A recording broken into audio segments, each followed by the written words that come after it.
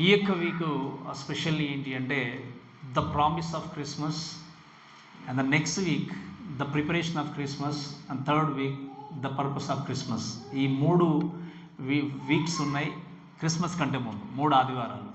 ఈ 3 ఆదివారాలు ఈ 3 వాక్యాల గురించి నేను మాట్లాడిన తర్వాత and will go for on Christmas day ఇంకా డీటెయిల్గా దేవుని యొక్క వాక్యం నేర్చుకుంటాం. సో ఈ యొక్క ఉదయకాల సమయంలో అందుకే కొంచెం గ్యాప్ ఇచ్చేసి మన రెవల్యూషన్కి ఈ క్రిస్మస్ సీజన్లో ఉన్నాం కాబట్టి క్రిస్మస్ సంబంధించిన వాక్యాలు వింటూ ముందుకు వెళ్దాం. అందుకే ఈ యొక్క ఉదయకాల సమయంలో ప్రత్యేకంగా ఏంటి అంటే the promise of Christmas or the season of promise అని అనొచ్చు మనము. సో దేవుని యొక్క వాక్యాలు చూస్తే ప్రత్యేకంగా ఈ సమయంలో ఏంటి అంటే క్రిస్మస్ గూర్చినటువంటి వాగ్దానం. క్రిస్మస్ సీజన్ అనగానే చాలా ఆసక్తితో ఉంటారు, అంతే కదా జనాలు.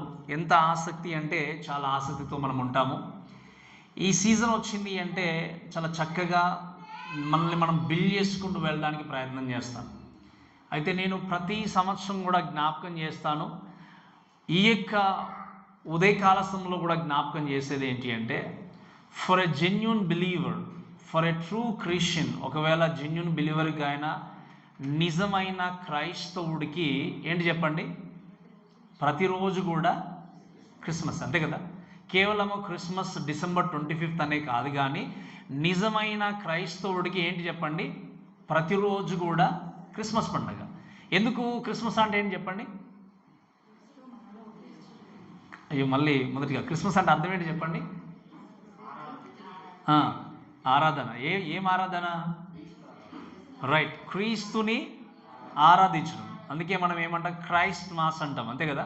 కొంతమంది ఎక్స్ మాస్ అంటారు. ఎక్స్ అంటే ఏంటి అంటే గ్రీక్ భాషలో ఎక్స్ అంటే క్రైస్ట్ అన్నట్టు. సో దాన్ని మ్యాథమెటిక్గా కొంతమంది యూజ్ చేస్తారు, కొంతమంది యూజ్ చేయకపోవచ్చు. బట్ మాస్ అంటే ఏంటి అంటే ఆరాధన. సో క్రీస్తుని హృదయపూర్వకంగా ఆరాధించడం, ఇవన్నీ కూడా మనకు తెలుసు. క్రిస్మస్ సీజన్ రాగానే పిల్లలు ఏంటి అంటే దేనికోసం ఎదురు చూస్తారు చెప్పండి? ఎస్పెషల్లీ కొత్త బట్టలే కావచ్చు, ఏమైనా టాయ్సే కావచ్చు, ఏదైనా బొమ్మల గురించి దాని గురించి ప్లాన్ చేస్తారు. పెద్దవాళ్ళు అనగానే క్రిస్మస్ కోసం చాలా రకాల ప్లాన్స్ ఉంటాయి మనకి. ఏ విధంగా వెళ్ళాలి, ఇంకా దేవుని చిత్తం అయితే నెక్స్ట్ అని నేను చెప్తాను ప్రిపరేషన్ కోసము. సో ఈ యొక్క సమయంలో మనం ఆలోచన చేస్తే మనం అన్ని ప్లాన్స్ ఉన్నా కూడా ఈ క్రిస్మస్ సీజన్ రావడానికి, క్రిస్మస్ రావడానికి ప్రాముఖ్యంగా దేవుని యొక్క వాక్యం చూస్తే ఈ క్రిస్మస్ అనేది, క్రీస్తు పుట్టుక అనేది వాగ్దానంతో కూడుకుంది. ఏంటి చెప్పండి? వాగ్దానంతో కూడుకుంది. ఈ వాగ్దానం గురించి మాట్లాడినప్పుడు, ప్రామిస్ గురించి మాట్లాడినప్పుడు, వాగ్దానము లేకుండా యేసుక్రీస్తు లోకంలోనికి రాలేదు. ఈ వాగ్దానం చూసినప్పుడు బైబిల్ గ్రంథంలో దాదాపుగా మనం చూస్తే 30,000 వాగ్దానాలు ఎన్నైనా చెప్పండి? 30,000 వాగ్దానాలు ఉన్నాయి. ఈ 30,000 వాగ్దానాల గురించి మనము స్పెషల్లీ మాట్లాడినప్పుడు దాంట్లో 8,810 వాగ్దానాలు దేవుడి నుండి మానవుతో దేవుడు చేసినటువంటి వాగ్దానాలు, ఫ్రమ్ గాడ్ టు మ్యాన్. ఎన్ని చెప్పండి? 8,810 వాగ్దానాలు. అంటే మిగతా వాగ్దానాలన్నీ కూడా దేవదూతలు దేవునితో చేసినవి, మనుషులతో చేసినవి, మనుషులు దేవునితో చేసినవి. బైబిల్ గ్రంథంలో చూస్తే కండిషనల్ కవనెంట్స్, అన్కండిషనల్ కవనెంట్స్ అంటాం. అంటే షరతులతో ఉన్నటువంటి నిబంధన, షరతులు లేనటువంటి నిబంధన. అంటే ఏంటి? షరతులతో కూడినటువంటి నిబంధన మోషేతో దేవుడు చేశాడు. మీరు ఇలా చేస్తేనే, మీరు లోబడతానే నేనేం చేస్తాను, మీకు ఇది పని జరిగిస్తాను. అంటే మీరు నాకు ఇది చేస్తే నేను చేస్తాను. దాన్ని షరతుతో కూడిన నిబంధన అంటాం. షరతులు లేని నిబంధన ఏంటి అంటే మనం స్పెషల్లీ బైబిల్లో చూస్తే 4 మేజర్ కవనెంట్స్ అంటాం. దాంట్లో స్పెషల్లీ ఫస్ట్ ఏంటి అంటే అబ్రహామిక్ కవనెంట్ అంటాం. అంటే అబ్రహాముతో దేవుడు ఏం చేశాడు? నిబంధన చేశాడు. ఏ నిబంధన చేశాడు తెలుసా మీకు? ఏమని నిబంధన చేశాడు? నేను నీ సంతానాన్ని, అంటే ఏంటి, నీకు చూపించే దేశానికి వెళ్ళు, నీ సంతానాన్ని విస్తరింపజేస్తాను, నిన్ను ఆశీర్వదిస్తానని చెప్పేసి ఇవన్నీ చెప్పినప్పుడు అబ్రహాము యొక్క యోగ్యతను చూసి దేవుడు ప్రామిస్ చేయలేదు. అంటే ఏంటి? షరతు లేకుండా ఏం చేశాడో ప్రామిస్ చేశాడు. అలా రెండవ ప్రామిస్ ఏంటంటే పాలస్తీన్ కవనెంట్ అంటాం. అంటే ఏంటి అంటే ఇప్పుడు ఉన్నటువంటి ఇస్రాయేల్ దేశం అనేది ఎవరికి దేవుడు వాగ్దాన భూమికి ఇచ్చాడు? ఎవరికి చెప్పండి? ఇస్రాయేల్ జనాంగానికి. అందుకే ఇప్పుడు మీరు గమనించండి, ద లాస్ట్లీ మిగిలిపోయినటువంటి మనష్య ట్రైబు నార్త్ ఈస్ట్లోనే ఉంది అని చెప్పి వాళ్ళు DNA టెస్ట్ చేసి అన్నీ కూడా మళ్ళీ ఇప్పుడు ఆ యొక్క ప్రైమ్ మినిస్టర్ అయినటువంటి ఇజ్రాయెల్ ప్రైమ్ మినిస్టర్ ఏం చేస్తున్నాడు, ఒక్కొక్కరిని అక్కడికి మళ్ళీ తరలిస్తున్నాడు. మీకు తెలుసు కదా ఎందుకు? యేసుక్రీస్తు వచ్చే రాకడలో ఈ 12 గోత్రములు అన్నీ కూడా ఎక్కడికి వెళ్ళాలి? మళ్ళీ ఇశ్రాయేల్ దేశానికి వెళ్ళాలి, చేరుకోవాలి. అంటే ఇదంతా మీరు చూస్తూ ఉంటే దేవుని రాకడ దగ్గరలో ఉందా లేదా?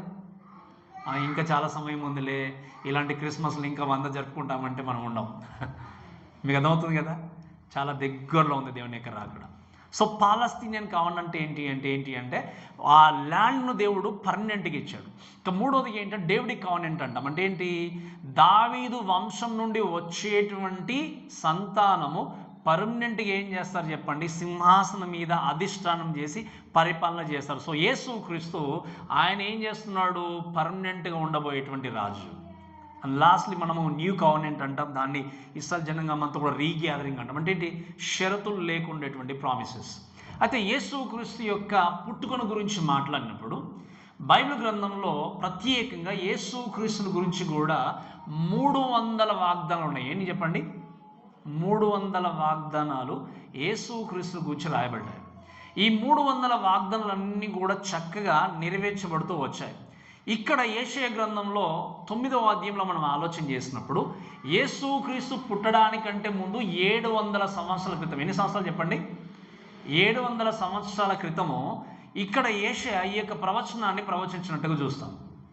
యేసుక్రీస్తు గురించి మనం మాట్లాడడానికంటే ముందు ఈ వాక్యాన్ని గమనించినప్పుడు సొలొమోను తర్వాత, మీకు అర్థమవుతుంది కదా, సొలొమోను తర్వాత జరిగింది ఏంటి అంటే ఈ యొక్క ఇశ్రాయేల్ జనాంగం అనేటువంటి ఈ దేశము, ఈ రాజ్యము 2 భాగాలుగా విడిపోయింది. ఒకటి ఉత్తర రాజ్యము, ఇంకోటి ఏంటి చెప్పండి? దక్షిణ రాజ్యంగా.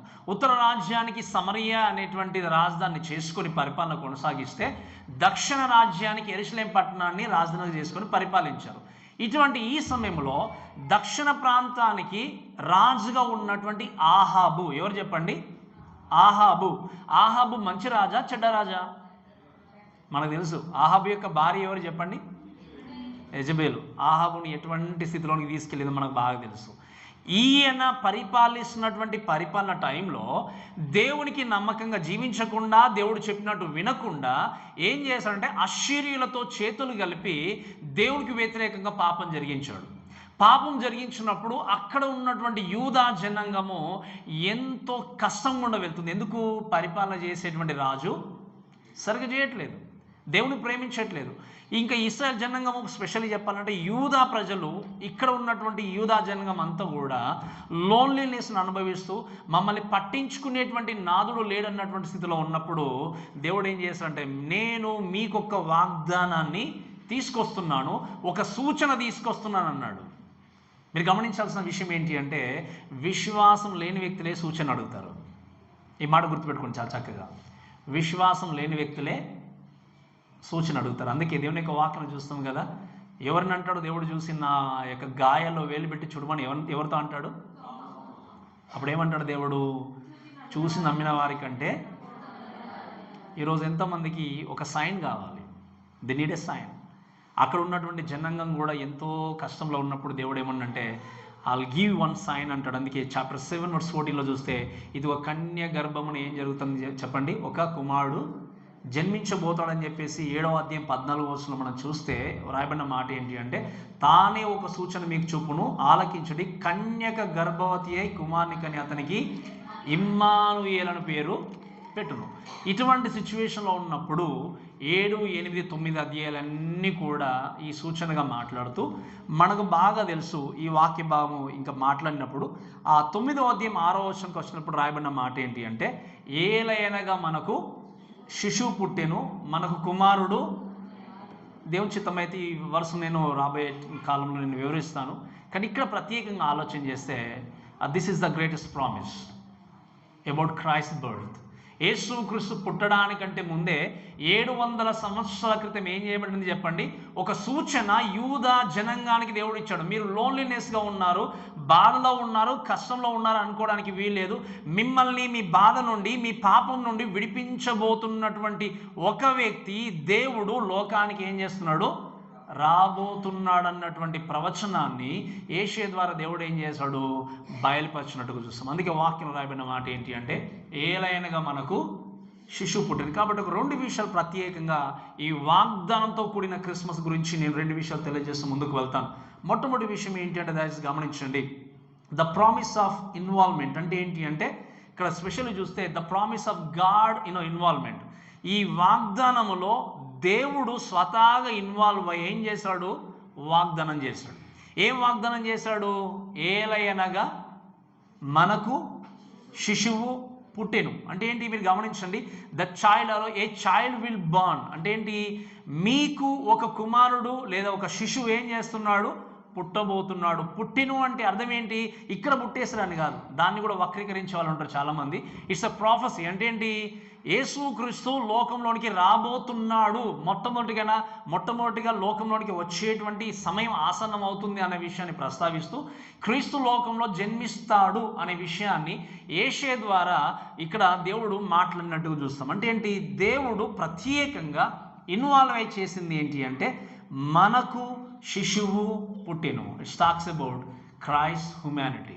ఏంటి చెప్పండి, దైవముగా లేకపోతే దేవుడుగా ఉన్నటువంటి యేసుక్రీస్తు లోకంలోనికి శిశువుగా ఆయన లోకంలోనికి వచ్చాడు, శరీరధారిగా లోకంలోనికి వచ్చాడు. మనకు తెలుసు, యోహాను సువార్త 1:1 చూస్తే ఏమని రాయబడింది చెప్పండి, ఆదియందు వాక్యం ఉండెను, వాక్యము దేవుని యొద్ద ఉండెను, ఆ వాక్యమే ఆదియందు దేవుడు, ఆ వాక్యముగా ఉన్నటువంటి క్రీస్తు, తనైనటువంటి దేవునితో సహవాసం చేస్తున్నటువంటి క్రీస్తు, ఆ వాక్యమే శరీరధారిగా లోకానికి వచ్చి ఏం చేశాడు చెప్పండి, మన మధ్య కృపాసత్య సంపూర్ణుడుగా దేవుడు జీవించినట్టుగా చూస్తాం. సో ప్రతి ఒక్కరి జీవితంలో ఉన్నటువంటి పాపాన్ని దేవుడు తొలగించడానికి ఏం చేశాడు, మానవ రీతిగా శరీరధారిగా లోకానికి ఆయన రాబోతున్నాడు అన్న విషయాన్ని యేషయ ఏం చేశాడు, 700 సంవత్సరాల క్రితమే ఈ వాక్య భాగాన్ని మెన్షన్ చేసినట్టుగా చూస్తాం. అయితే మీరు గమనించండి, ఈ విధంగా యేసుక్రీస్తు లోకంలోనికి రావాల్సిన అవసరం ఏముంది, ఒక శిశువుగా లోకంలోనికి రావాల్సినటువంటి ఆవశ్యకత ఏముంది అని ఆలోచన చేసినప్పుడు the biggest problem back to Eden of garden. ఏం జరిగింది చెప్పండి, అక్కడ దేవుడు చెప్పాడు, ద ఫస్ట్ ప్రామిస్ చేశాడు. దేవుడు ఏమన్నాడు, మీరు ఈ పండును ముట్టకూడదు. ఏమని చెప్పాడు, ఆజ్ఞాపించాడు డైరెక్ట్గా, do not eat this food. దేవుడు ఏమన్నాడు, దీన్ని మీరు ముట్టకూడదు అని చెప్పినప్పుడు వీళ్ళు చేసిన విషయం ఏంటి అంటే, దయచేసి గమనించండి, వాళ్ళు ఆ యొక్క ఫ్రూట్ను లేకపోతే ఆ యొక్క పండును ఏం చేశారు, వాళ్ళు తిన్నట్టుగా చూస్తాం. ప్రామిస్ చేసిన దేవుడు చెప్పాడు, ఆజ్ఞ ఇచ్చినప్పుడు ఆజ్ఞను బ్రేక్ చేసినప్పుడు ఏం జరిగిందంటే, మీరు వినండి, దేవునితో చక్కటి సహవాసాన్ని కలిగినటువంటి వ్యక్తులుగా ఉన్నటువంటి ఆదాము హవ్వ ఎప్పుడైతే పాపం చేశారో వారి జీవితాల్లోనికి ఏమొచ్చింది అంటే, సిన్ అండ్ సపరేషన్. ఏమొచ్చింది చెప్పండి, పాపము, ఎడబాటు. అంతకుముందు పాపం లేదు వారి జీవితంలో, దేవునితో ఎడబాటు కూడా లేదు. దేవునితో చక్కగా జీవించి జీవన విధానాన్ని కొనసాగిస్తూ వెళ్తున్నటువంటి వాళ్ళు ఎప్పుడైతే పాపం చేస్తారో, పాపం చేసినప్పుడు వారు ఏం జరిగింది చెప్పండి, పాపం జరగగానే వారి హృదయంలోనికి పాపం, దేవుడు అసాతను ప్రేరేపించగానే పాపము వారి హృదయంలోనికి వచ్చింది. పాపము ద్వారా వారి జీవితంలోనికి మరణం కూడా వచ్చింది. దేవునితో ఎడబాటును వాళ్ళు ఏం చేశారు, కలిగి ఉన్నారు. ఎప్పుడైనా మీరు ఆలోచన చేస్తారు, ఒకవేళ ఆదాము హవ్వ ఈ పండు తినకపోయి ఉంటే ఎలా ఉండేది, ఎలా ఉండేది చెప్పండి, ఈ సమస్యలు ఉండేవి కావు, ఈ రోదన ఉండేది కాదు, ఈ వేదన ఉండేది కాదు, ఈ చెమట గార్చాల్సిన అవసరం లేదు, అంతే కదా, దేవదూతల్లాగా చక్కగా ముందుకెళ్ళిపోయే వాళ్ళం అనుకుంటున్నాం. అందుకే ఒక వ్యక్తి మాట్లాడుతూనే ఉన్నాడు, ఒకవేళ నేనైతే ఆదం ప్లేస్లో ఉంటే అని అనుకుంటే ఏం చేసేవారు చెప్పండి, ఏం చేసేవాళ్ళు, అవ్వ కంటే ముందే పరిగెత్తుకొని తినేవాళ్ళమేమో, అంతే కదా. అవ్వ వెళ్ళి ముందు ఏం చేస్తాడు అంటే, కొంతమంది అంటారు స్త్రీయే తప్పు చేసింది కాబట్టి స్త్రీయే మొట్టమొదటిగా అని చెప్పి అనుకుంటారు చాలామంది. అఫ్కోర్స్ మొట్టమొదటిగా టచ్ చేసింది స్త్రీయే, అలా అని చెప్పి స్త్రీని మనం నిందించే అవసరం లేదు. ఎందుకు చెప్పండి, హవ్వ ద్వారానే కదా లోకానికి పాపం వచ్చింది. కాబట్టి పురుషుడు మంచివాడు, స్త్రీలు మౌనంగా ఉండిపోయారు మొత్తం, అంతే కదా. కానీ వాక్యంలో ఏముందో తెలుసా, స్త్రీని మనం నిందించాల్సిన అవసరం లేదు. ఎందుకంటే తనకున్నటువంటి వీక్నెస్ను బట్టి తాను అక్కడ ఏమైపోయింది, బలహీన స్థితిలో ఉండి తాను సాతాను ప్రేరేపణ ద్వారా ముట్టింది. కానీ వాక్యం ఏముంది అంటే, when she ate the fruit Adam was with her. ఆ ఆడమ్ కూడా అక్కడ ఉండి వారించలేకుండా అక్కడే ఉండిపోయాడు. అంటే both of them committed. And specially ఈ పాపం చేసిన తర్వాత వచ్చి దేవుడు స్త్రీని పట్టుకోలేదు. ఎవరిని పట్టుకున్నాడు దేవుడు? ఎందుకు? Is the responsible person to handle everything. కాబట్టి దేవుడు, అందుకే నేను చాలాసార్లు చాలా కఠినంగా చెప్పినప్పుడు కొంతమందికి బాధగా ఉండొచ్చు, కానీ చాలా గుర్తుపెట్టుకోండి, do not disorder God's order. దేవుడు ఆర్డర్ ఏర్పాటు చేసినప్పుడు దాన్ని డిసార్డర్ చేయడానికి వీల్లేదు. అందుకే నేను చాలాసార్లు చెప్తాను, ఒకవేళ స్త్రీనే దేవుడు పురుషుడిగా శిరస్సుగా పురుషునికి ఉంచితే పురుషులందరూ ఫాలో చేయాల్సిందే, దాంట్లో తప్పేం లేదు. కానీ దేవుడు ఏమన్నాడు? దేవుడు పురుషుణ్ణి స్త్రీకి శిరస్సుగా పెట్టినప్పుడు, పురుషునికి స్త్రీ శిరస్సుగా క్రీస్తుని పెట్టినప్పుడు, ఈ ఆర్డర్ని డిసార్డర్ చేసినప్పుడే ప్రాబ్లమ్ స్టార్ట్ అవుతాయి. ఎక్కడ తెలుసా? కుటుంబం. ఎప్పుడైతే దేవుని యొక్క ఆర్డర్ని డిసార్డర్ చేస్తాం ఏమవుతాయి చెప్పండి? కుటుంబంలో సమస్యలు స్టార్ట్ అవుతాయి. సో ఇక్కడ కూడా జరిగింది ఏంటి అంటే, దేవుడు వారిని ప్రేమించి చక్కగా ఏర్పాటు చేసిన తర్వాత వాళ్ళు ఏం చేశారు? దేవుడు ఇచ్చినటువంటి ఆజ్ఞను అతిక్రమించారు. కాబట్టి దేవుడు అదే టైంలో ఏం చేశాడు? వీరు చేసినటువంటి పాపాన్ని బట్టి ఎడబాటు ఏర్పాటు కలిగినా కూడా దేవుడు తన ప్రణాళిక పరంగా ఏం చేశాడు అంటే, మొట్టమొదటిగా ప్రామిస్ చేశాడు ఏంటి అంటే, ఒక శిశువు లోకంలోనికి రాబోతాడు. వచ్చినప్పుడు ఏం చేస్తాడు చెప్పండి? సాతాను యొక్క ఏం చేస్తాడు? తలను తాను క్రాష్ చేస్తాడు. తను ఏం చేస్తాడు? త్రొక్కి వేస్తాడు. అందుకే మనం ప్రోటో ఎవాంగిలియన్ అంటాం. ఏమంటాం చెప్పండి? ప్రోటో అంటే గ్రీక్లో ఫస్ట్ అన్నట్టు, ఎవాంగిలియన్ అంటే గాస్పుల్ అన్నట్టు. అంటే మొట్టమొదటి సువార్త, లేకపోతే మొట్టమొదటిగా యేసు క్రీస్తును కూర్చున్నటువంటి వాగ్దానం బైబిల్లో ఎక్కడ ఉంది అంటే, ఆదికాండం 3వ అధ్యాయము 15వ వచనం. నువ్వేం చేస్తావు? ఆ మడి మీద కొడతావు, తాను నిన్ను తల మీద కొడతారు అనేటువంటి ఈ వాక్య భాగం అనేది యేసుక్రీస్తు గురించి మొట్టమొదటిగా బైబిల్లో రాయబడినటువంటి వాగ్దానం. అయితే ఈ యొక్క మాటలు బట్టి మనం చూసేది ఏంటి అంటే, ఈ బిగ్గెస్ట్ ప్రాబ్లంగా ఉన్నటువంటి ఈ సిచ్యువేషన్ బట్టి మనం చూసినప్పుడు ఏంటి అంటే, దేవుని యొక్క వాక్యంలో చూస్తే పాపము చేసినటువంటి మానవులుగా ఉన్నప్పుడు, ఎస్పెషల్లీ మనం ఆలోచన చేస్తే దేవుడు ఏం చేస్తాడు అంటే, చాలా మట్టుకు మన జీవితంలో ఈ ప్రాబ్లం అనేటువంటి సిన్ ఉన్నప్పుడు, ఈ సమస్య ఉన్నప్పుడు దేవుని వేలో ప్రాబ్లంని సాల్వ్ చేయడానికి ప్రయత్నం చేస్తాడు. ఎలా చెప్పండి? ఆయన విధానములో సమస్యను కానీ పాపాన్ని కానీ తొలగించడానికి, సమస్యను తీసివేయడానికి ఆయన ప్రయత్నం చేస్తే, చాలా మట్టుకు మనుషులు చేసే పొరపాటు ఏంటి అంటే, దేవుని విధానానికి చోటు ఇవ్వకుండా తమకు తాముగా సమస్యల్ని పరిష్కరించుకోవడానికి ప్రయత్నం చేస్తారు. తమకు తాముగా సమస్యని పరిష్కరించుకోవడానికి ప్రయత్నం చేస్తే వచ్చేది ఏంటి అంటే సమస్య. పాపము లోకంలోనికి వచ్చింది కాబట్టి మానవుడు తన్ను తాను రక్షించుకోలేడు, తన్ను తాను పాపం బయటకు రాలేడు. మనకు అందరికి తెలుసు, ఏ వ్యక్తి కూడా ఇంకొక వ్యక్తి పాపంలో తీసివేయలేడు. ఎందుకు చెప్పండి? లోకంలో ప్రతి వ్యక్తి కూడా పాపంతో నిండుకున్న వ్యక్తి. కాబట్టి ఈ పాపంతో ఉన్నటువంటి మానవాన్ని రక్షించాలి అంటే పరిశుద్ధుడైనటువంటి క్రీస్తు కావాలి, పరిశుద్ధమైనటువంటి రక్తము కావాలి. కాబట్టి యేసుక్రీస్తు ఏం చేశాడు? ఆయన మానవ రీతిగా లోకంలోనికి వచ్చి మనందరి కొరకు ప్రాణాన్ని అర్పించినటువంటి వ్యక్తి ఉన్నాడు. కాబట్టి దేవుడు మన జీవితంలో ఏమైనా సమస్యలు గుండా వెళ్ళినప్పుడు, పాపముతో జీవించినప్పుడు, ఆయన విధానంలో మనల్ని మనం బాగు చేయాలనుకున్నప్పుడు, ఆయన విధానంలో మన సమస్యను తీర్చాలనుకున్నప్పుడు చేయాల్సింది ఏంటి అంటే, దేవుని విధానానికి మనం తప్పకుండా చోటు ఇవ్వాలి. ఈ మాటను బట్టి నేను మీకు కొన్ని విషయాలు జ్ఞాపకం చేసి ముందుకు వెళ్తాను. ఏంటి అంటే, దేవుని యొక్క solution always works inside, not out side. ఇది చాలా జాగ్రత్తగా గుర్తుపెట్టుకోండి. దేవుని యొక్క సొల్యూషన్ ఏంటి అంటే, పాపం లోకంలోనికి వచ్చింది కాబట్టి ఆయన ఇన్వర్డ్గా వర్క్ చేసి ఏం చేశాడు అంటే, తన ప్రియకుమారుడైనటువంటి యేసుక్రీస్తుని ఏం చేశాడు? లోకానికి పంపించాడు. లోకానికి పంపించి దేనికోసం పంపించాడు చెప్పండి? లోకంలో రాజుగా ఉండడానికి పంపించలేదు, పరిపాలన చేయడానికి పంపించలేదు. కానీ మనందరి పాపాల నిమిత్తము ఆయన క్రయధనముగా బలిగా అర్పింపబడడానికి దేవుడు ఏం చేశాడు? యేసుక్రీస్తును లోకానికి పంపించినట్టుగా చూస్తాం. ఈ యొక్క మాటను బట్టి మనం కొన్ని విషయాలు చూస్తే ఏంటి అంటే, స్పెషల్లీ దేవుడు మనల్ని కూడా ఆలోచన చేస్తే, ఈ always changes us from the inside out. అంటే ఏంటి? మన హృదయంలో నుండి ఆయన మార్పును కలిగిస్తూ ముందుకెళ్తాడు. ఈ మాట మీరు చాలా జాగ్రత్తగా గుర్తుపెట్టుకోండి. ద ప్రామిస్ ఆఫ్ క్రిస్మస్ గురించి మాట్లాడినప్పుడు వాగ్దానము చేయబడినటువంటి క్రిస్మస్ ఆనందము నీ హృదయంలో ఉండాలి అంటే మార్పు అనేది ఎక్కడ జరగాలి చెప్పండి? ఎక్కడ? అందుకే నేను మీకు ప్రతి క్రిస్మస్ టైంలో జ్ఞాపకం చేస్తాను, మళ్ళీ జ్ఞాపకం చేస్తున్నాను.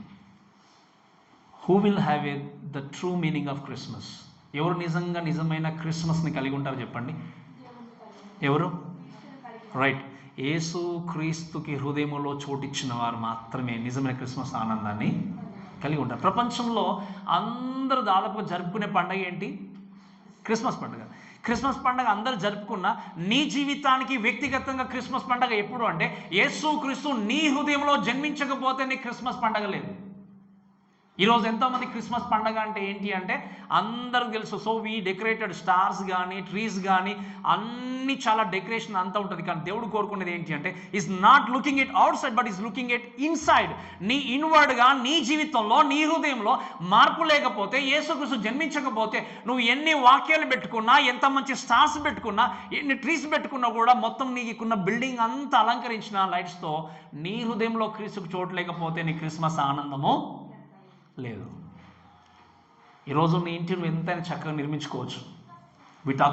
దీని గురించి మనం నెక్స్ట్ వీక్ కొంచెం డీటెయిల్గా నేర్చుకుంటాం. ఎంత చక్కగా నిర్మించుకోవచ్చు, కానీ నీ హృదయంలో క్రీస్తు గనక చోటు లేకపోతే నీ క్రిస్మస్ ఆనందం లేదు.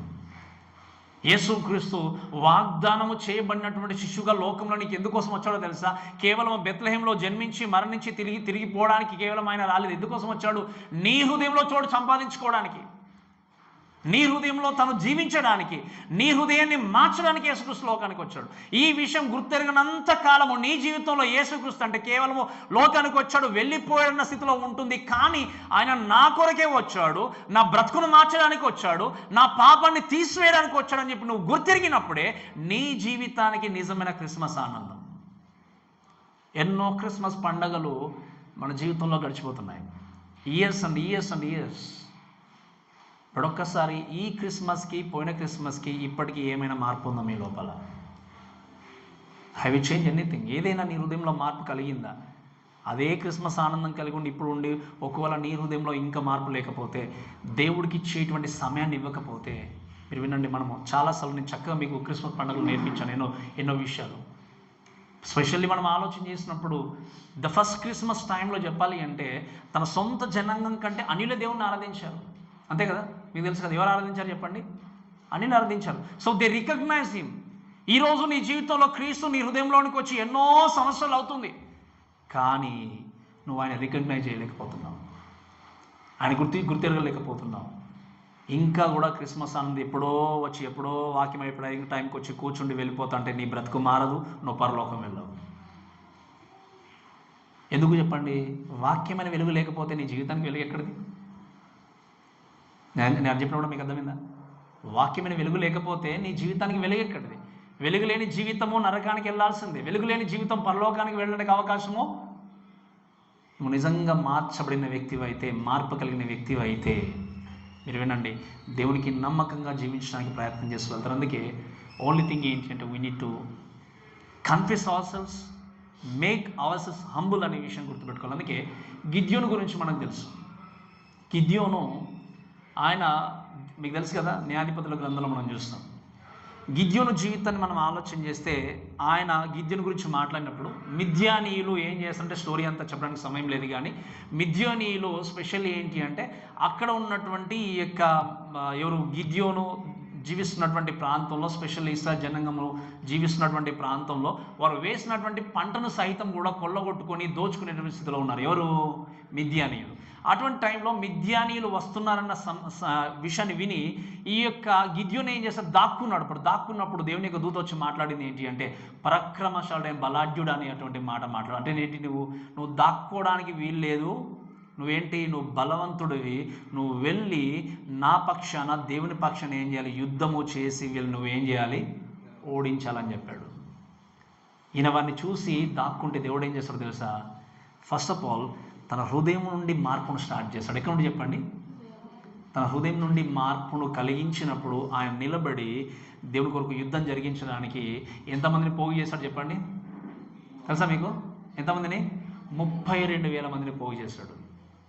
32,000 మందిని పోగు చేసినప్పుడు దేవుడు అంటాడు ఏంటి అంటే, ఒకవేళ ఇంత జనాంగము మేము మా కష్టము చేత మా యొక్క బలము చేత మేము యుద్ధంలో గెలుపొందామంటారేమో అని చెప్పి ఎవరైనా భయపడేవారు ఉన్నారేమో ఒక్కసారి నువ్వు అనౌన్స్ చేసి భయపడే వ్యక్తులు ఉంటే పంపించమని చెప్పినప్పుడు అలా 20,000 మంది భయపడి వెనక్కి వెళ్ళిపోతారు. ఎంతమంది చెప్పండి? చివరికి ఎంతమంది మిగిలారు? ఇంకా ఆ 10,000 మందిని చూసి దేవుడు అంటాడు, వీరు కూడా నాకు అవసరం లేదు. కుక్క గతికినట్టు ఎలాగైతే ఎవరైతే వాటర్ తాగుతారో వాళ్ళని సెలెక్ట్ చేయమన్నప్పుడు 300 మంది మాత్రమే మిగులుతారు. చివరికి 300 మందితో ఏం చేస్తాడు ఈయన? వెళ్ళి ఆ యొక్క మిద్యానుల పైన యుద్ధం చేసి గెలుపొందినట్టుగా చూస్తాం. సో ఎక్కడో ఉన్నాడు గిద్యోను, కానీ దేవుడు ఏం చేశాడు? మార్పు చెందించి ముందుకు తీసుకెళ్ళినట్టుగా చూస్తాం. డిసీవర్గా ఉన్నాడు ఒక వ్యక్తి బైబిల్. ఎవరు చెప్పండి? మోసకారిగా ఉన్నాడు, మోసం చేసి, ఆయన పేరుకి అర్థం మోసగాడు. ఎవరు చెప్పండి? యాకోబు. మోసంతో ఉన్నటువంటి వ్యక్తి జీవితాన్ని మార్చి దేవుడు ఏం చేశాడు? చక్కగా ఫ్రూట్ఫుల్గా ఇస్రాయేలుగా పేరు మార్చి బయట తీసుకొని వచ్చాడు. అండ్ వీ నో అబౌట్ పేతురు. పేతురు గురించి చూస్తే దుడుకుతనం అంటాం మనం పేతురుని, అంతే కదా? ఎంత దుడుకుతనం కలిగి ఉండే ఆ పేతురుని దేవుడికి చివరి ఏం చేశాడు? దేవుడి కొరకు ఆయన్ను ఒక గొప్ప ప్రీచర్గా దేవుడు వాడుకున్నాడు. ఈ మార్పు ఎలా సంభవించిందంటారు? ఎలా? ఇంక ఎన్నో ఉన్నాయి బైబిల్ ఎగ్జాంపుల్స్, బట్ ఈ మార్పు అంతా ఎలా వచ్చిందంటారు చెప్పండి? They recognize Jesus. They gave their lives to Jesus. దేవుడి కొరకు వాళ్ళు దేవుడికి తమ జీవితాలు వారు అర్పించినప్పుడు ఇన్వర్డ్గా ఏం జరిగింది? చేంజ్ అనేది వచ్చింది. ఒకవేళ దేవుడు వారి జీవితంలో పని చేసినప్పుడు నాకు ఇది వద్దు ప్రభు అని పారిపోతే వారు దేవుడి కొరకు నిలబడే వాళ్ళు కాదు, దేవుని కొరకు పని జరిగించే వాళ్ళు కాదు. ఈరోజు క్రీస్తు లోకానికి వచ్చి 2000 సంవత్సరాల కంటే ఎక్కువ అయిపోతూ ఉంది. ప్రతి సంవత్సరం వాక్యాన్ని వింటూనే ఉన్నాం. కానీ నీ జీవితంలో ఆయన మార్పును కలిగించడానికి ఎదురు చూస్తున్నప్పుడు నిజంగా నీ హృదయాన్ని దేవుడికి అర్పించావా? ప్రభా, నా హృదయాన్ని మార్చండి, నా హృదయాన్ని క్లీన్ చేయండి, నాలో ఉన్న సమస్యను పాపంనే కావచ్చు లేకపోతే ప్రాబ్లంనే కావచ్చు మీరు సాల్వ్ చేయండి ప్రభు అని ఎప్పుడైనా దేవునికి మీ జీవితాన్ని అప్పగించుకున్నారా? క్రిస్మస్ రోజు ఎంత ఆనందంగా ఉంటారో ప్రతిరోజు కూడా అంతే ఆనందంగా ఉండాలి. ఈరోజు మనం చూస్తాం, అందుకే నేను అంటాను ప్రిపరేషన్ గురించి నెక్స్ట్ వీక్ వింటాం. క్రిస్మస్ రోజు వచ్చింది అంటే ఏం వండుకోవాలి, ఏది కట్టుకోవాలి, ఏం చేయాలి, 6 రోజులు లేటుకుని వస్తాం మనం. కనీసం క్రిస్మస్ రోజున హృదయపూర్వకంగా దేవుణ్ణి ఆరాధించాలి అంటే every week we have excuses, అంతే కదా? మరి ఎప్పుడు ఎక్స్క్యూజ్ లేకుండా బ్రతికేది ఎప్పుడు? ఎక్స్క్యూజులు లేకుండా దేవుణ్ణి ఆరాధించేది ఎప్పుడు? మోషే అలానే 5 ఎక్స్క్యూజెస్ ఇచ్చాడు. బట్ దేవుడు ఏం చేస్తాడో తెలుసా? తన దేవుడు వాడుకున్నాడు. నీకు ఎక్స్క్యూజ్గా ఏదైతే ఉందనుకుంటున్నావో దాన్ని తీసుకెళ్ళి దేవుని చేతిలో పెట్టండి, దేవుడు ఖచ్చితంగా దాన్ని సాల్వ్ చేస్తాడు. సో కాబట్టి ఈ విషయం గుర్తుపెట్టుకుంటూ దయచేసి మనం ముందుకు వెళ్దాం. అందుకే దేవుడు ఏం చేస్తాడు అంటే, సిన్, ఈ సపరేషన్, ఈ పాపము ఎడబాటు ఉన్నప్పుడు హైయెస్ట్ ప్రైజ్ను ఆయన ఏం చేస్తాడో దేవుడు అర్పించాడు. ఏంటి చెప్పండి? హైయెస్ట్ ప్రైజ్ ఏంటి? తన రక్తాన్ని అర్పించాడు. ఆయన రక్తము విలువ కలిగింది. అందుకే మనం లాస్ట్ టైం నేర్చుకున్నాం. ఆయన రక్తం ఏంటి చెప్పండి? విలువ కలిగింది. ఆయన రక్తము విలువ కలిగింది. ఎందుకు అంటే మన ఆత్మను విడిపింపగలిగేది, మనల్ని పరలోకము చేర్చగలిగేది. ఆయన రక్తములో కల్మషం లేదు, ఆయన రక్తము అపవిత్రమైంది కాదు, పరిశుద్ధమైంది, పవిత్రమైంది. అందుకే ఆ రక్తము ద్వారానే మనం ఏం చేయబడ్డాము? విడుదల పొందుకున్నాం, విమోచింపబడ్డాం. కాబట్టి ఈ విషయాన్ని బట్టి మనం గుర్తుంచుకోవాల్సింది ఏంటి అంటే, దేవుడు డైరెక్ట్గా ఇన్వాల్వ్ అయిపోయి ప్రామిస్ చేస్తాడు. ఏంటి అంటే, a child will be born unto you. ఒక శిశువు మీ కొరకు ఏం చేస్తాడు? పుట్టును. యాజ్ ఎ హ్యూమన్గా ఒక శరీరాన్ని ధరించుకున్న వ్యక్తిగా లోకంలో ఏం చేస్తాడు? యేసుక్రీస్తు వచ్చాడు. అందుకే వాక్యం మనం ఫిలిప్పీలకు రాసిన పత్రికలో చూస్తాం. ఏంటి అంటే, ఆయన దాసుని స్వరూపంను ధరించుకొని ఏం చేస్తాడు? దేవునితో సమానుడిగా ఉండేటువంటి భాగ్యమును ఆయన ఏం చేశాడు? ఎంచుకోనకుండా లోకంలోనికి రిక్తునిగా వచ్చాడు. అంటే మేము చాలా జాగ్రత్తగా గుర్తుపెట్టుకున్నాం ఇక్కడ ఈ మాట. ఈ మధ్యకాలంలో నేను చాలా వింటున్నాను చాలా మంది దగ్గర. ఏంటి అంటే, యేసుక్రీస్తు తండ్రైనటువంటి దేవుడి కంటే కొంచెం తక్కువ వాడు అని అంటారు. ఇది రాంగ్ డాక్ట్రిన్, సరైన డాక్ట్రిన్ కాదు. చాలా గుర్తుపెట్టుకోండి. తండ్రైన దేవుడు చాలా ఉన్నతంగా ఉంటాడు, యేసుక్రీస్తు తక్కువ పవర్స్ ఉంటాయి, తర్వాత పరిశుద్ధ తక్కువ పవర్స్ ఉంటాయని అనుకుంటారు. అది సరైన బోధ కాదు. They are equal. మీకు అర్థమైంది కదా? వారు ముగ్గురు కూడా గుర్తుపెట్టుకోండి, ఒకే దేవుడు ముగ్గురు వ్యక్తులుగా ఉంటున్నటువంటి దేవుడు. వారు ముగ్గురు గురించి మనం ఆలోచన చేసినప్పుడు వారు ఒకరు తక్కువ ఒకరు ఎక్కువ అని కాదు. కానీ ఏం చేశాడు? ఆ దైవత్వాన్ని కలిగి ఉన్నటువంటి క్రీస్తు లోకంలోనికి రిక్తుడుగా వచ్చి ఏం చేశాడు? దాసుని స్వరూపాన్ని ధరించుకొని ఆయన ఏం చేశాడు? He became zero. అంటే ఏమన్నాడు? తన్ను తాను తగ్గించుకొని లోకానికి వచ్చాడు. ఈ మాట చెప్తాను వినండి మళ్ళీ కూడా. ఏంటి అంటే, ఒక వ్యక్తి ఎంతవరకు తగ్గించుకుంటాడో అంతవరకు యేసుక్రీస్తు తగ్గించుకున్నాడు. ఆయనలాగా తగ్గించుకున్న వ్యక్తి ప్రపంచంలో ఎవరు కూడా లేరు. 0 లెవెల్ వరకు యేసుక్రీస్తు తగ్గించుకొని లోకానికి వచ్చి మన కొరకు ప్రాణం అర్పించాడు. ఈ అర్పించినటువంటి క్రీస్తు దగ్గర ప్రతి మోకాలు, ప్రతి నాలుక ఒకరోజు ఏం చేయబోతున్నాయి చెప్పండి? వంగి దేవుడు ఈయనే రక్షకుడు, ఈయన నిజమైన దేవుడు అని ఒప్పుకునేటువంటి సమయం ఆసనం అవుతుంది. కాబట్టి ఈ మాటను బట్టి ఇంకొంచెం ముందుకు వెళ్దాం. Not only God is involving a child will be born. Second thing ఏంటి అంటే the promise of God's investment. ఈ మాట చాలా జాగ్రత్తమేనండి. దేవుడు ఇన్వాల్వ్ అవుతున్నానన్నటువంటి వాగ్దానం మాత్రమే కాదు, ఆయన ఏం చేస్తాడు? వాగ్దానంతో కూడినటువంటి పెట్టుబడి కూడా పెట్టాడు. ఏంటి చెప్పండి? వాగ్దానంతో కూడిన పెట్టుబడి. ఈ వర్డ్ బాగా ఇంట్రెస్టింగ్ ఉంది కదా. పెట్టుబడి అన్నప్పుడు ఏంటి ఆ పెట్టుబడి అంటే, లెట్స్ రీడ్. మనకు కుమారుడు అనుగ్రహింపబడడం అంటే ఏంటి చెప్పండి? ఏంటి చెప్పండి? ఇక్కడ వాక్యంలో చూస్తే a child will be given to us అన్నప్పుడు ఆయన దేవుడు క్రీస్తుని మనకి ఇన్వెస్ట్మెంట్గా చేశాడు. మీకు అర్థమైంది ఇప్పుడు చెప్పిన మాట? ఆయన అనుగ్రహించాడు. ఎవరి కొరకు? మన కొరకు. ఇప్పుడు మీరు బ్యాంకులో ఏదైనా ఇన్వెస్ట్ చేశారనుకోండి, డబ్బు ఏదైనా కూడా, అక్కడ నుండి మీకు రావాల్సిన ఇంట్రెస్ట్ రాలేదనుకోండి, ఎలా ఉంటుంది? కట్టే చెప్పాలి, ఎలా ఉంటుంది? హ్యాపీగా ఉంటారా? హ్యాపీగా ఉంటారా? కోపం. అందరు చెప్పలేకపోతున్నారు కదా, సిస్టర్ చెప్పేసింది, అంతే కదా. మీరు ఇన్వెస్ట్ చేశారు కానీ మీకు రిటర్న్ రావట్లేదు. అప్పుడు ఎలా ఉంటుంది మీ మనసు, మీ యొక్క హృదయం ఇదిగా ఇంకా ఎలా ఉంటుంది అంటే ఇంక మీకే తెలుసు. మరి ఇప్పుడు దేవుడు ఏం చేశాడు? క్రీస్తుని, తన కుమారుడైన క్రీస్తుని మనకు అనుగ్రహించాడు, ఇన్వెస్ట్ చేశాడు. But how you are really reacting your self? రిటర్న్గా నువ్వు దేవుడికి ఏమి ఇస్తున్నావు అన్నది ప్రశ్న. ఈ మాటలు మనం కొంచెం డీటెయిల్గా నేర్చుకుంటూ వెళ్దాం. ఏంటంటే మనకు కుమారుడు అనుగ్రహించబడెను. ఈ మాట గురించి చూస్తే అంటే టాక్స్ అబౌట్ హిస్ డివినిటీ. ఏ శిశువు పుట్టాడు అన్నది ఏంటి అంటే టాక్స్ అబౌట్ హ్యుమానిటీ. కుమారుడు దాని కింద మనం చదివితే మనకు అంత అర్థమవుతుంది. ఏంటి అంటే ఆయన భుజం మీద రాజ్యభారం ఉంటుంది, ఆశ్చర్యకుడు, ఆలోచన, ఇవన్నీ కూడా మనం చూస్తూ ఉంటాం.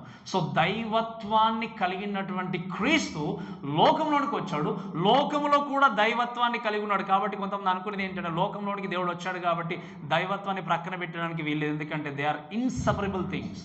ఆయన దైవత్వాన్ని పక్కన పెట్టేది ఎందుకంటే ఆయన దైవం కాబట్టి. నేను చెప్పిన మీకు అర్థమైందా?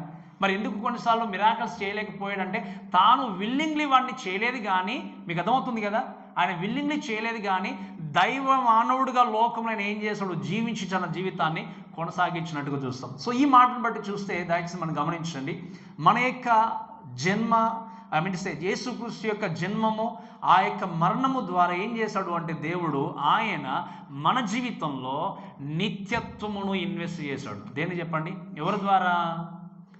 యేసుక్రీస్తు ద్వారా, కుమారుని ద్వారా నిత్యత్వాన్ని పెట్టుబడిగా మనకి ఇన్వెస్ట్ చేశాడు. ఇప్పుడు నిత్యరాజ్యంలో ఉండాలి అంటే ఎవరి ద్వారా సాధ్యమవుతుంది? ఎవరు ప్రామిస్ చేశారు? తనైనటువంటి దేవుడు ప్రియకుమారుడైనటువంటి క్రీస్తుని ఏం చేశాడు? ఆయన ఒక పెట్టుబడిగా లోకంలోనికి పంపించినప్పుడు ఆయన అంగీకరించే ప్రతి వ్యక్తి పొందుకునేటువంటి ఆ యొక్క ఇంట్రెస్టే అనొచ్చు, లేకపోతే నువ్వు పొందుకునే గొప్ప ఆధిక్యత అనొచ్చు. ఏంటి అంటే శాశ్వతమైన పరలోకంలో జీవించడం. ఇప్పుడు మీరు గమనించండి, మీరు బ్యాంకులో ఇన్వెస్ట్ చేశారనుకో, లాభం ఎవరికి? ఎవరు ఇన్వెస్ట్ చేస్తారో వాళ్ళకి. ఇక్కడ ఇన్వెస్ట్ చేసింది ఎవరు? మన తరపున దేవుడు. మరి ఎవరికి లాభము? దేవుడికి ఏం లాభం లేదు. నరకానికి వెళ్తే పంపిస్తా, ఎటన్నా మనం పుట్టినా పుట్టకపోయినా అటు ఇటు వెళ్ళినా దేవుడికి వచ్చే ప్రయోజనం ఏం లేదు మన ద్వారా. కానీ దేవుడు ఏం చేశాడు తెలుసా? యోగ్యత లేకపోయినా, అర్హత లేకపోయినా, మన ద్వారా కనీసం నాట్ ఈవెన్ 1% ఉపయోగం లేకపోయినా దేవుడు ఏం చేస్తాడో తెలుసా? తను మనల్ని ప్రేమించి హక్కున చేర్చుకొని మన కొరకు పెట్టుబడి పెట్టి ఆ పరలోక రాజ్యాన్ని, శాశ్వతం ఉండబోయేటువంటి రాజ్యాన్ని నీకు నాకు ఆయన ఏం చేస్తున్నాడు? వాగ్దానంగా అనుగ్రహించబోతున్నాడు. And that is his greatest love. ఆయన ప్రేమ అంత గొప్పది. అటువంటి ప్రేమను గుర్తిరిగిన వ్యక్తులంగా ఈరోజు గమనించాల్సింది ఏంటి అంటే ప్రతి మానవుడు, ఇంకా చెప్పాలి అంటే మీరు గమనించండి, ఉమెన్ కానీ మెన్ కానీ ప్రతి చైల్డ్ కానీ అందరి గురించి మాట్లాడినప్పుడు దేవుడు తన క్రియేషన్లో ఏం చేశాడు చెప్పండి? వాక్యం మనం చూస్తాం రోమపత్రికలో. ఒక్క మనుషుని ద్వారా పాపం ఎలాగో లోకంలోనికి వచ్చనో, సంప్రాప్తమాయనో, అలాగే ఒక్క మనుషుని ద్వారా ఏం జరిగింది?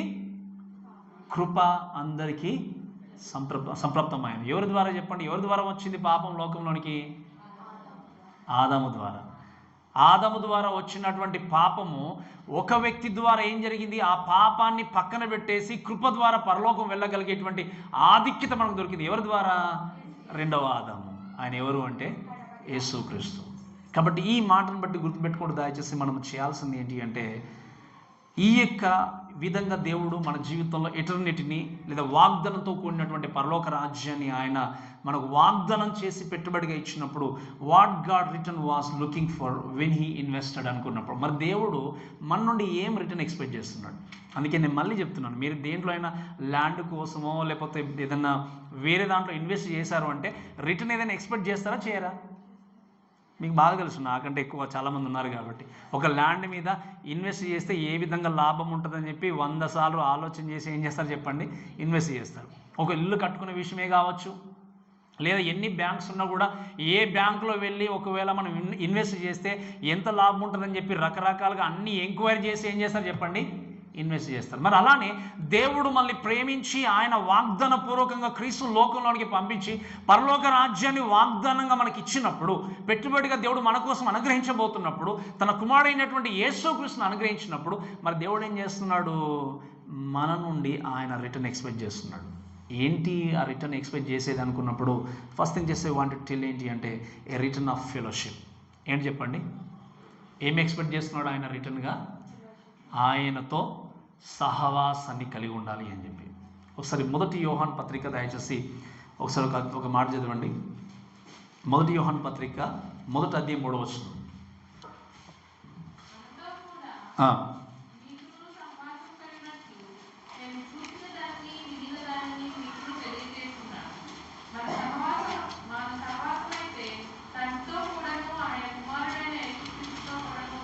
రైట్. మన సహవాసం అయితే ఏంటి చెప్పండి?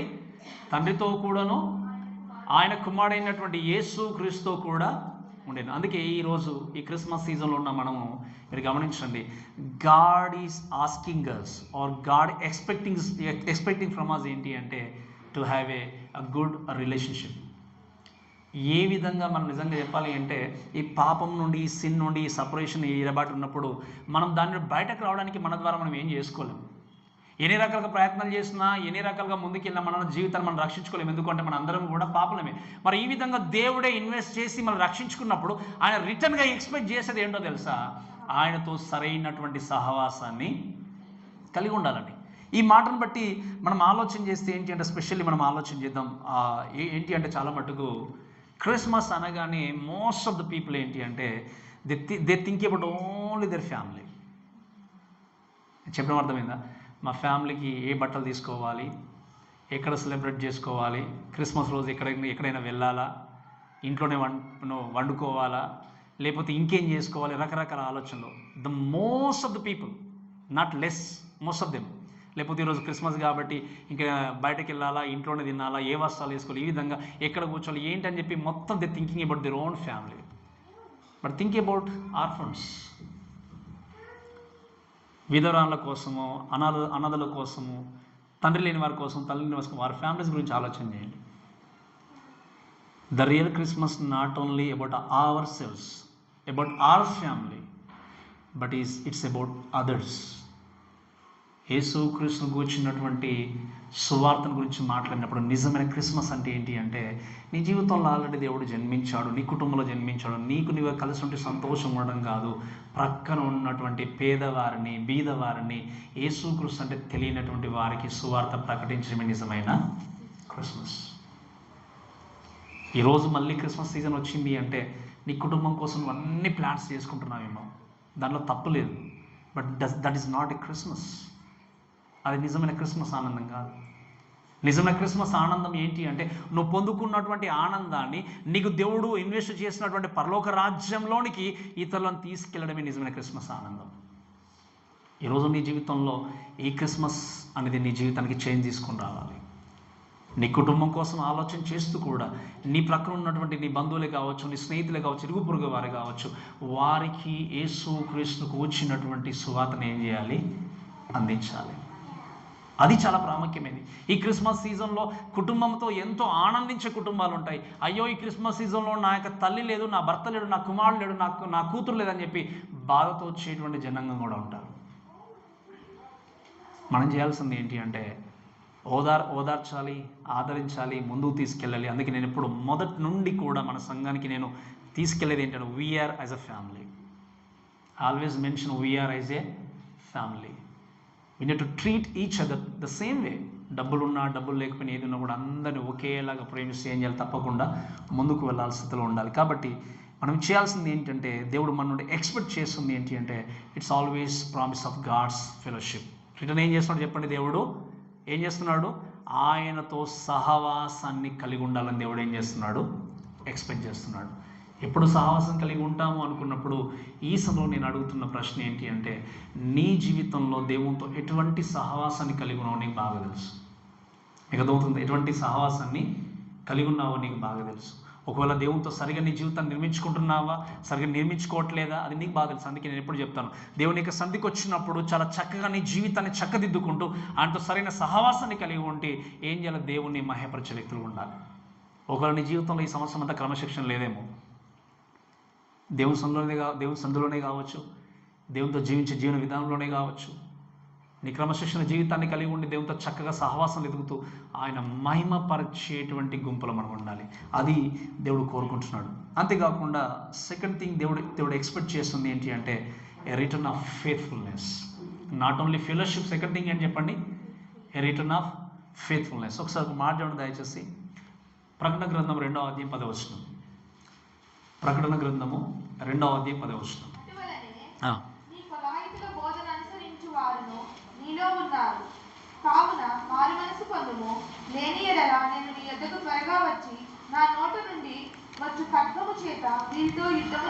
ఈ వాక్య భాగాన్ని మనం చక్కగా నేర్చుకున్నాం ప్రకటన గ్రంథంలో.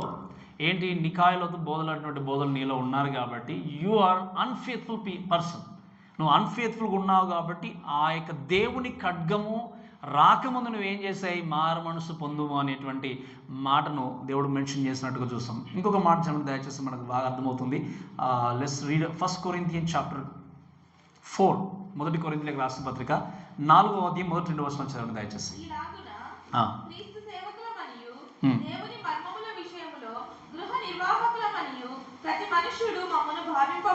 ఏంటో చెప్పండి. ఇక్కడ పౌలు భక్తుడు ఏమంటున్నాడు? మళ్ళీ చదవమ్మా. ఏమంటున్నాడు? ఈలాగున క్రీస్తు సేవకులమనియు దేవుని మర్మముల విషయంలో గృహ నిర్వాహకులమనియు ప్రతి మనుషుడు మమ్మల్ని ఏం చేయాలి? భావింపవలను. మరి గృహ నిర్వాహకులలో ప్రతి వాడును నమ్మకమై వాడై ఉండుట. వినండి మీ మాట ఏమని రాయబడింది చెప్పండి? ప్రతి మనుషుడు గృహ నిర్వాహకుడుగా ఏంటట? ఉండుట. ఇంకా చెప్పాలంటే గృహ నిర్వాహకంలో నమ్మకస్తుడుగా ఉండుట అవశ్యం. అంటే ఏంటి అర్థము? ఏంటి చెప్పండి? తప్పకుండా, అంతే కదా, కంపల్సరీ. అవశ్యం అంటే తప్పకుండా ఏం చేయాలి? ఉండాలి. ప్రతి గృహ నిర్వాహకుడు ఎలా ఉండాలి చెప్పండి? నమ్మకముగా జీవిస్తూ ముందుకు వెళ్ళాలి. ఈ మాటను బట్టి మనం ఆలోచన చేసినప్పుడు దేవుడు తన యొక్క జీవితాన్ని, తన సర్వస్వాన్ని, ఇంకా చెప్పాలంటే మీరు చూడండి, లోకంలో సర్వస్వం అంటే ప్రాణానికంటే విలువ ఏమైంది చెప్పండి? ఇంకా గోల్డే కావచ్చు, బిల్డింగ్స్ ఏదైనా కానీ, అసలు ప్రాణం లేకపోతే అంటే విలువైంది ఏంటి చెప్పండి? మనిషికి ప్రాణము. ఆ విలువైనటువంటి సర్వస్వంగా మనం భావించేటువంటి దాన్ని క్రీస్తు ఏం చేశాడు? తన జీవితాన్ని, సర్వస్వాన్ని మన కొరకు ఇచ్చాడు. ఇచ్చినటువంటి దేవుడు మన నుండి ఎక్స్పెక్ట్ చేసేది ఏంటి అంటే ఏ రిటర్న్ ఆఫ్ ఫెయిత్ఫుల్నెస్. ఏమన్నాడు ఆయన నమ్మకమైనటువంటి గృహ నిర్వాహకులుగా ఏం చేయాలి? మన జీవితాన్ని కొనసాగించాలి. అందుకే మొదటి నుండి కూడా నేను ప్రాకులాడేది మన సంఘం కొరకు, ఎవరి కొరకైనా చెప్పేది ఏంటి అంటే దేవుడు నీ జీవితంలో ఒక బహుమానాన్ని నీకు ఇచ్చినప్పుడు ఆ విషయంలో నమ్మకంగా నువ్వు జీవితాన్ని ఏం చేయాలి? కొనసాగించాలి. యేసుక్రీస్తును అంగీకరించినటువంటి ప్రతి వ్యక్తికి కూడా దేవుడు ఏం చేస్తాడో తెలుసా? ఒక గిఫ్ట్ని ఇచ్చాడు, ఒక బహుమానాన్ని ఇచ్చాడు. నీకు చదువు వచ్చినా చదువు రాకపోయినా, నేను చెప్పినది వరకు కూడా రోమపత్రికలు నేర్చుకున్నప్పుడు, చదువు వచ్చినా చదువు రాకపోయినా కూడా నీ జీవితానికి దేవుడు ఒక బహుమానం ఇచ్చాడు. ఆ బహుమానాన్ని ఎలా గుర్తించాలో కూడా నేను మీకు నేర్పించాను. ఆ బహుమానం ఇచ్చినప్పుడు ఆ బహుమానాన్ని ఎవరి కొరకు వాడుకోవాలి? మనము ఎవరి కొరకు చెప్పండి? దేవునికి ఎలా వాడుకోవాలి? అది కూడా ఎలా వాడుకోవాలి? ఆ గృహ నిర్వాహకుడుగా నమ్మకస్తుడుగా నీవు వాడుకోవడం అనేది ఆవశ్యము. అంటే ఏంటి? తప్పకుండా ఏం చేయాలి? కొనసాగించాలి. ఇప్పుడు నేను అడుగుతున్న ప్రశ్న మరొక్కసారి వినండి. మీకు ఇవ్వబడినటువంటి బహుమానాన్ని ఎంత చక్కగా దేవునిలో వాడుకుంటున్నారు? నాకు బహుమానం ఏమిటో తెలియట్లేదు పాస్ గారు అంటే మీరు ఖచ్చితంగా నా దగ్గరికి రండి, నేను ఖచ్చితంగా మీకు నేర్పిస్తాను. ఇదే మీ బహుమానం నేను చెప్పలేకపోయినా దాన్ని ఎలా డిస్కవరీ చేసుకోవాలి, ఎలా కనుక్కోవాలో నేను చెప్తాను. అంతేగాని నాకు దేవుడు ఏమి ఇవ్వలేదండి, జస్ట్ రావాలి, కూర్చుంటాను, వెళ్ళిపోతే ఎప్పుడో అప్పుడు వచ్చి కూర్చుని వెళ్ళిపోతాను అంటే నువ్వు నిజంగా క్రైస్తవుడు కానీ జీవితంలో క్రీస్తు ప్రేమ నీకు ఇంకా తెలియదేమో. నమ్మకం అంటే ఏం చెప్పండి? నమ్మకమైన గృహ నిర్వాహకుడుగా జీవించాలి అంటే ఎవరికి నమ్మకంగా? దేవుడికి నమ్మకంగా. ఈ మనుషులు నిజంగా మనల్ని చూసినప్పుడు మెచ్చుకున్నా మెచ్చుకోకపోయినా మనుషులు సంతోషపెట్టేటువంటి క్రైస్తవులుగా లోకంలో ఎంతోమంది బ్రతుకున్నారు ఇప్పటికి కూడా. ఎందుకు?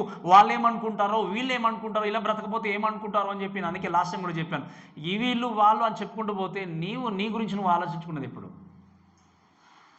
అంతే కదా. ఇప్పుడు తను ఏమనుకుంటారో, వీళ్ళు ఏమనుకుంటారో, నా జీవితాంతం చూసి నా జీవితాంతం అంతా కూడా మనం సంతోషపెట్టాలి. ఇంకా నా గురించి నా దేవుని కొరకు ఎప్పుడు ఆలోచన చేసేది? అందుకే the word I kept in my heart. ఆ వర్డ్ ఏంటంటే ఒకసారి చదవడం దయచేసి 2వ తిమోతి రాసిన పత్రిక 2వ అధ్యాయం 15వ వచనం. 2వ తిమోతి రాసిన పత్రిక 2వ అధ్యాయం 15వ వచనం. దేవుని ఎదుట ఏంటంటే చెప్పండి? దేవుని ఎదుట యోగ్యునిగాను, సిగ్గుపడనక్కర్లేని పనివానిగాను, సత్యవాక్యమును సరిగా ఉపదేశించువానిగాను. వినండి చాలా జాగ్రత్తగా. ఏమన్నాడు ఆయన? జాగ్రత్త అంటే అర్థం కేర్ఫుల్ అంతే కదా. జాగ్రత్త అంటే అర్థం ఏంటి చెప్పండి? జాగ్రత్త పడు. మీరు ఏమైనా బయటకు మీరు వెళ్తున్నప్పుడు జాగ్రత్తగా వెళ్ళిరండి అన్నారు అనుకోండి, ఏంటి అర్థం ఏంటి అంటే మీరు ఇది వరకు వెళ్ళే విధంగా వెళ్ళకుండా కొంచెం వెనక ముందు చూసుకొని చాలా ప్రయాణం చేస్తూ ఏం చేయాలి? అబ్జర్వ్ చేసుకుంటూ చక్కగా వెళ్ళాలన్నట్టు. జాగ్రత్తగా దేని విషయంలో అన్నాడు దేవుడు ఇక్కడ? అపోస్తలుడైన పౌలు ఏమన్నాడు చెప్పండి? దేవుని ఎదుట మీరు చాలా జాగ్రత్తగా మీకు ఇవ్వబడినటువంటి బహుమాన విషయంలో, మీరు వాడుకునేటువంటి గిఫ్ట్ విషయంలో ఎవరికి యోగ్యుడిగా ఉండాలి? మీరు దేవునితో యోగ్యుడిగాను, సిగ్గుపడనక్కర్లేని. అందుకే ఇప్పటికీ దేవుని నమ్ముకొని అన్ని అలా అలంకరించుకుంటాం మళ్ళీ మొత్తం మనం. ఎందుకు? ఏమనుకుంటారో అన్యులకు వెళ్ళి చూస్తే మనల్ని, బయట వాళ్ళని చూసి వీళ్ళు క్రైస్తవులా అని ఎవరు అనుకోరు, కానీ చర్చ్ కోసం మాత్రం వాళ్ళ క్రైస్తవులు కనబడతాం. బయట చూస్తే ఏమన్నా మన వాళ్ళు వీళ్ళు దేవుని నమ్ముకున్న వాళ్ళు కాదు అంటే ఈరోజు ఎంతమంది క్రైస్తవులు కూడా వాళ్ళు నన్ను మంచోళ్ళు అనాలి, వీళ్ళు కూడా మంచోళ్ళు అనాలి. వాళ్ళ దృష్టిలో నేను చెడ్డను కాకూడదు, ఇక్కడ కూడా చెడ్డను కాకూడదు. అంటే ఎవరు నువ్వు సంతోషపెట్టాలని ప్రయత్నం చేస్తున్నావు? అలా జీవిస్తే అటు వాళ్ళను సంతోషపెట్టలేవు, ఇటు వీళ్ళను సంతోషపెట్టలేవు. ఉంటే దేవునితోనే ఉండాలి. అందుకే నేను ఏమంటాను, ఉంటే లోకంతోనే ఉండాలి. కాబట్టి నువ్వు లోకంలో సిగ్గుపడనక్కర్లేని పనివానిగా జీవించకుండా ఇంకా కూడా ఆ విధంగా అలంకరణ చేసుకోవడం, అలానే ధరించుకోవడం, అలానే ఉండడం, అలానే బ్రతున్నావు అంటే నువ్వు ఇంకా క్రైస్తవుడిగా జీవించడానికి నీకు ఇంకా కూడా ఏంటి? ఏదో ఒకటి అడ్డం వస్తుంది. ఆ అడ్డాన్ని ఏం చేయాలి? తొలగించుకోవాలి. అందుకే నేను ఎప్పుడు చెప్తాను, మరొకసారి చెప్తున్నాను, నువ్వు ఎవరి కోసం అయితే ప్రాకులాడుతున్నావో, ఎవరేమనుకుంటారని బాధపడుతుంటున్నావో వాళ్ళు నువ్వు మరణించినప్పుడు నీతో పాటు రారు. నువ్వు దేవుని దగ్గరికి వెళ్ళినప్పుడు నీ పక్షాన వాళ్ళు నిలబడి కోర్టులో నిలబడి లారీను వాదించినట్టుగా వాదించరు. ఎవరి వాదన వాళ్ళే చెప్పుకోవాలి. ఇక్కడ వెళ్ళిన తర్వాత నేను చేసిన పనులను దేవుడు నన్ను అడుగుతాడు. అవునా కదా? ఇప్పుడు నేను చేసిన దాన్ని మిమ్మల్ని బట్టి అడగడు కదా. మీరు చేసిన పనులను మిమ్మల్ని అడుగుతాడు. అంతేగాని అయ్యో పాస్టర్ ఇలా చెప్పారు కాబట్టి ఆయన్ను అడగండి అని మీరు అన్నారు అనుకోండి, దేవుడు వినడు. నేనుండి మా సంఘస్థులు ఇలా చేశారంటే ఆయన వినడు. దేవుడు ఎవరి జీవితానికి వాళ్ళు ఏం చేయాలి? లెక్క చెప్పుకోవాలి. కాబట్టి దేవుని ఎదుట యోగ్యుడిగాను, సిగ్గుపడనక్కర్లేని పనివానిగా, ఇంకేముంది చెప్పండి?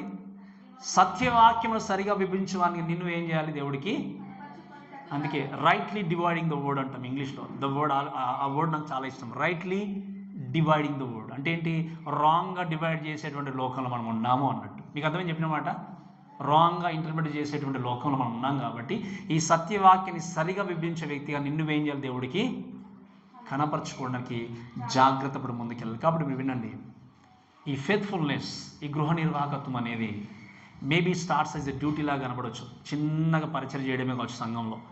ఆ పరిచయం చేస్తూ మీరు వెళ్తూ ఉంటే A genuine Christian never thinks as a duty, but as his works, it makes him as a lot of delightment. అంటే ఏం చేస్తుంది, ఆ డిలైట్ని కలిగి ఉండి, ఆనందాన్ని కలిగి ఉండి దేవుని కొరకు పరిచర్య జరిగించే స్థితిలో ముందుకెళ్తారు. కాబట్టి ఈ యొక్క ప్రశ్న అడుగుతూ ముందుకెళ్తాను. చూడండి, మీకు దేవుడు ఇచ్చినటువంటి బహుమాన విషయంలో నమ్మకంగా దేవుని మీరు సేవిస్తున్నారా? అందుకే క్రిస్మస్ సీజన్ నుండి ఈ సీజన్ వరకు ఒక్కసారి మీరు పరీక్షించుకోండి. మీరు దేవునితో బైబిల్ చదివే జీవన విధానంలో మార్పు ఉందా? బైబిల్ రెగ్యులర్గా చదువుతున్నారా, ఆపేసారా? ఒకసారి పరీక్షించుకోండి. ప్రార్థన జీవితం ఎలా ఉంది? అప్పటికిప్పటికి నమ్మకం ప్రార్థన చేస్తున్నారా, ఇంకా వెనుక వెళ్ళిపోయారా? సండే చర్చ్కొచ్చే విషయం ఎలా ఉంది? పుట్టింది మొదలుకున్నట్టుగా రషం పడింది మొదలుకొని ఇప్పటివరకు కూడా అదే టైం మెయింటైన్ చేస్తున్నారా? కనీసం కొంచెం ముందుకు రావడానికి ప్రయత్నం చేస్తున్నారా? ఒకసారి ఆలోచన చేసుకోండి. ఇవన్నీ మార్పులు లేకపోతే ఎన్ని క్రిస్మస్ పండుగలు వచ్చినా, ఎన్ని రకాల ఫెస్టివల్స్ చేసుకున్నా, నీ జీవితం మారకపోతే నువ్వు బహిరంగంగా క్రైస్తవుడుగా కనబడినంత మాత్రాన నీ జీవితానికి క్రిస్మస్ విలువ అనేది తెలియదు. అందుకే దేవుడు అన్నాడు, is changing us from inside out. Inside మార్పు లేకపోతే అవుట్ సైడ్ నువ్వు ఎంత అలంకరించుకున్నా కూడా వ్యర్థమే. కాబట్టి ఇంకా ముగిస్తాను చూడండి. ఫెయిత్ఫుల్నెస్ను కలిగి ఉండి మనందరం ఇప్పుడు ఏంటి అంటే నమ్మకంగా దేవుని ముందుకు వెళ్ళాలి. కాబట్టి ఈ వర్డ్ చాలా జాగ్రత్త వినండి. We may have to give up success to be a faithful. కొంతమందికి నచ్చదు ఈ word, but remember once again I'll tell you, నీ విజయాన్ని సైతం నువ్వు సాక్రిఫైస్ చేయాలి. దేని కొరకు తెలుసా? నమ్మకస్తుడిగా జీవించడానికి. How many of you willing to sacrifice your success? ఎంతమంది నిజంగా మీ సక్సెస్ని పక్కన పెడతారు చెప్పండి, మరి ఫెయిత్ఫుల్గా జీవించడానికి ఉన్నారా? లోకంలో అందరూ సక్సెస్ కోసం పరిగెత్తారు, కానీ ఫెయిత్ఫుల్నెస్ లేని సక్సెస్ నిజమైన సక్సెస్ కాదు. దేవుడు సక్సెస్ ఉండాలి అన్నాడు, కానీ నమ్మకంగా లేని సక్సెస్ దేవుడు కోరుకోలేదు. అండ్ అలా అజ్యూమ్ యూ ఆల్, నేను మిమ్మల్ని నిజంగా వేడుకుంటున్నాను ఏంటి అంటే, నీ విజయములో నమ్మకత్వం ఉండాలి. ఒక నమ్మకస్తుడుగా నువ్వు జీవించడానికి నీ విజయాన్ని సైతం ఏం చేయాలి? నువ్వు పక్కన పెట్టాలి. నమ్మకస్తుగా లేకుండా విజయాన్ని పొందుకున్నది నీ జీవితానికి ఆశీర్వాదం తీసుకుంటుంది. కాబట్టి మనందరం కూడా, అందుకే ఈ మాట మనం చూసి ఆలోచన చేసినప్పుడు, మనం చదువుకున్నాం కదా మొదటి కొరింథీలో, మనందరం కూడా రిటర్న్ ఆఫ్ ఫ్రాగ్మెంట్ లైఫ్ని కలిగి ఉండి మనం చక్కగా ముందుకు వెళ్తూ దేవునిలో జీవించే వ్యక్తులు ఉండి. అందుకే ఈ మాటను బట్టి నేను ముగిస్తాను చూడండి. ఇంకేంటి అంటే, ఈ యొక్క సమయంలో are you willing to sit at Jesus in the pain and suffering? అంటే ఏంటి? నీ జీవితంలో సఫరింగ్ ఉన్నా, కష్టాలు ఉన్నా, బాధలు ఉన్నా కూడా అన్ని ప్రక్కన పెట్టి దేవునితో నువ్వు నిజంగా జీవితాన్ని నిర్మించుకోవడానికి సిద్ధంగా ఉన్నావా? అందుకే సక్సెస్, నిజమైన సక్సెస్ ఏదంటో తెలుసా ఒక మనిషికి లోకంలో? ఏంటి చెప్పండి? నిజమైన సక్సెస్ ఏంటి చెప్పండి మనిషికి లోకంలో? దేవునితో మన జీవితాన్ని చక్కదిద్దుకొని నమ్మకస్తుడుగా జీవించడం నిజమైన సక్సెస్. అందుకే నన్ను మీరు సంపాదించే ₹1 మీరు గమనించండి, ₹1 కూడా నమ్మకంగా సంపాదించి చూడండి, అన్యాయం చేసి ₹10 సంపాదించి చూడండి, ఎలా ఉంటుంది? దేంట్లో ఎక్కువ సంతోషం ఉంటుంది మీకు? గట్టిగా చెప్పాలి నాకు. మీకు అన్యాయంగా ₹1,00,000 చేతికి వచ్చినా, కష్టపడి నమ్మకంగా ఒక ₹10 సంపాదించిన ఏది ఎక్కువ ఆనందాన్ని ఇస్తుంది? I don't know how you maintaining your self. So your success is not matter, but faithfulness is the matter. నమ్మకంగా జీవించడం అనేది దేవుడు కోరుకుంటున్నాడు, అది మన నుండి ఎక్స్పెక్ట్ చేస్తున్నాడు. కాబట్టి to willing to sit at the table of Jesus, to maintain truth in spite of lies. అంటే ఏంటి? అబద్ధ బోధ నుండి పక్కన పెట్టి, అబద్ధాలను పక్కన పెట్టి సత్యము కొరకు జీవించే వ్యక్తులు ఉండాలి. ఇలా మనం అందరము కూడా జీవిస్తూ ఫెయిత్ఫుల్నెస్ను కలిగి ఉండి సక్సెస్ సహితము సాక్రిఫైస్ చేసి ముందుకెళ్ళినప్పుడు దేవుడు చేసినటువంటి వాగ్దానంతో కూడిన క్రిస్మస్ మనం ఏం చేయగలమో అనుభవించగలం. అందుకే ఈ మాటలు బట్టి మరొకసారి జ్ఞాపకం చేసుకోవాల్సింది ఏంటి అంటే, దేవుడు ఏం చేశాడు? వాగ్దానంతో కూడినటువంటి యేసుక్రీస్తును కూర్చున్న భర్తను ఏం చేశాడు? ఆయన ఇన్వెస్ట్ చేశాడు. ఆ ఇన్వెస్ట్ చేసి ఏం చేశాడు? అటర్నిటీని మనకి ఏం చేశాడు? ఆయన వాగ్దానం ఇవ్వబోతున్నటువంటి దేవుడు ఏం చేశాడు? ఏమని కోరుకున్నాడు? ఆయన సహవాసాన్ని కలిగి ఉండాలని కోరుకున్నాడు. రెండో విషయం ఏం చూసాను చెప్పండి? నమ్మకస్తులుగా మనం అందరం కూడా జీవించాలని కోరుకున్నాడు. మరి ఈ సమయంలో ఒక్కసారి ఈ వాక్యాన్ని బట్టి మీరందరూ కూడా మీ జీవితాన్ని పరీక్షించుకుంటే, మరొక క్రిస్మస్ మన ముందుంటుంది. ఈ క్రిస్మస్ సీజన్లో నీ బ్రతుకు మారిందా? నీ హృదయం మారిందా? నువ్వు జీవించే జీవన విధానం మారిందా? నువ్వు దేవుని కొరకు జరిగించే పరిచర్య విధానంలో మార్పును కలిగి ఉన్నావా? ఎవరికి నమ్మకంగా గృహ నిర్వాహకుడు నీ జీవితాన్ని కొనసాగిస్తున్నావో ఒక్కసారి ప్రశ్నించుకుంటూ, ఒకవేళ ఇదివరకు అటువంటి జీవితాన్ని కలిగి ఉండకపోతే ప్రభువా, ఇక ముందు నేను నమ్మకమైన గృహ నిర్వాహకుడుగా జీవిస్తూ నమ్మకస్తుడుగా జీవించడానికి I'm willing to sacrifice my success అనే విధంగా నువ్వు జీవించినప్పుడే you will understand the greatest love of Jesus. యేసుక్రీస్తు యొక్క గొప్ప ప్రేమను నువ్వు అప్పుడే అర్థం చేసుకుంటావు. అటువంటి ప్రేమను మనం కలిగి ఉండి దేవుని కొరకు నమ్మకంగా జీవిస్తూ ఆయన మహిమపరుస్తూ మనం ముందుకు సాగాం. కాబట్టి మాటలను మనల్ని దేవుడు దీవించి ఆస్వాదించును గాక. ఆమేన్.